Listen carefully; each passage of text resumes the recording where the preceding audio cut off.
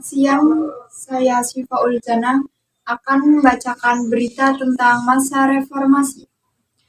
Reformasi adalah suatu perubahan tatanan kehidupan lama dengan tatanan kehidupan baru dan menuju ke arah perbaikan.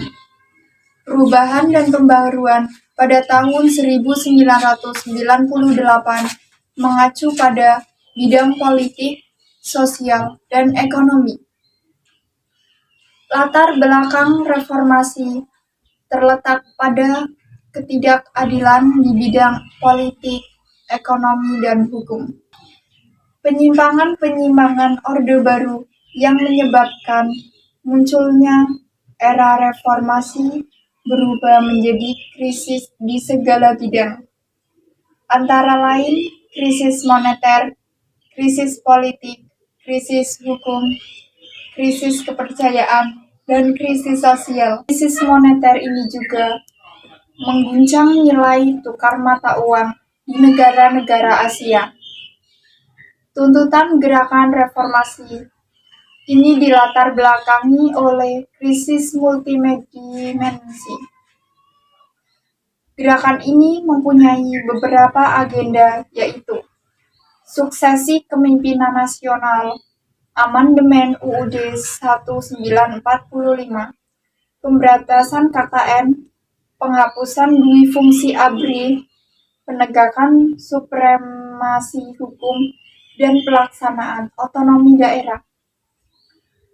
Namun agenda reformasi yang utama adalah turunnya Soeharto dari jabatan presidennya.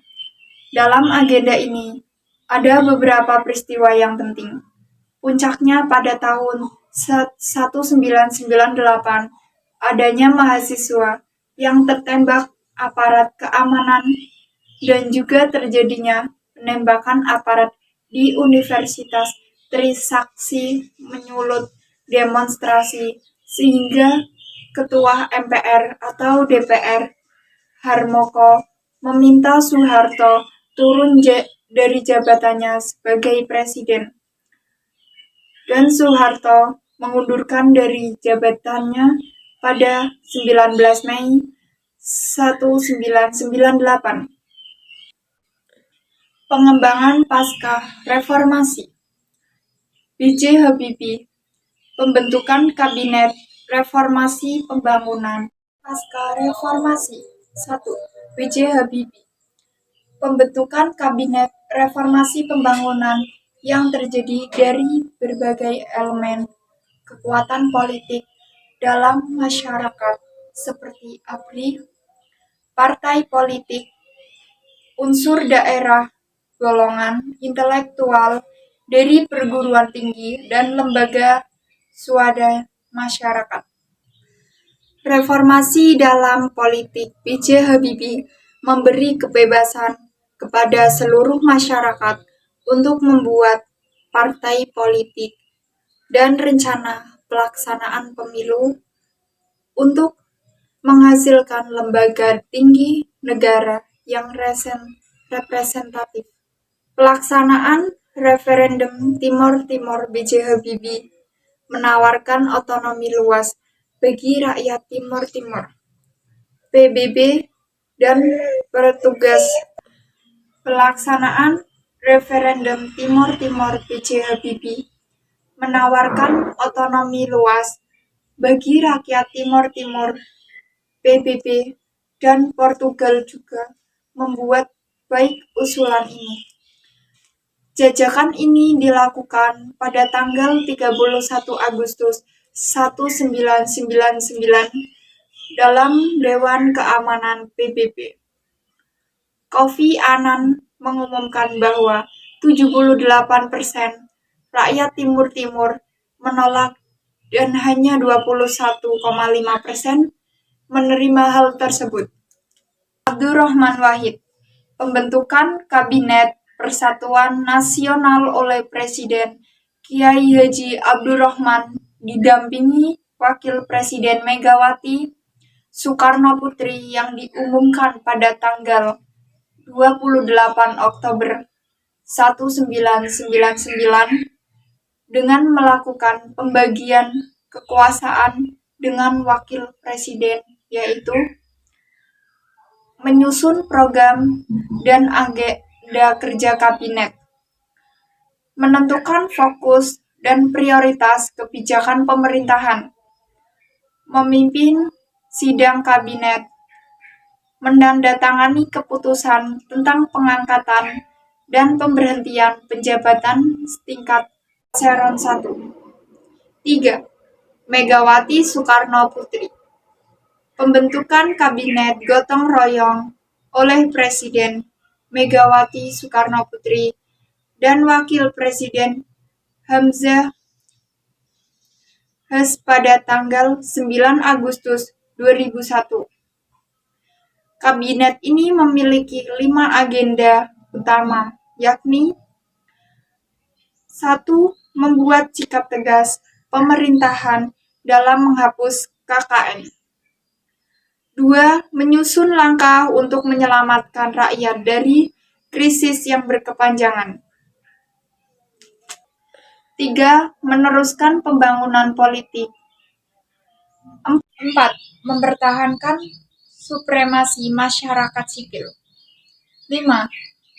Menciptakan kesejahteraan dan rasa aman masyarakat dengan meningkatkan keamanan dan hak asasi manusia.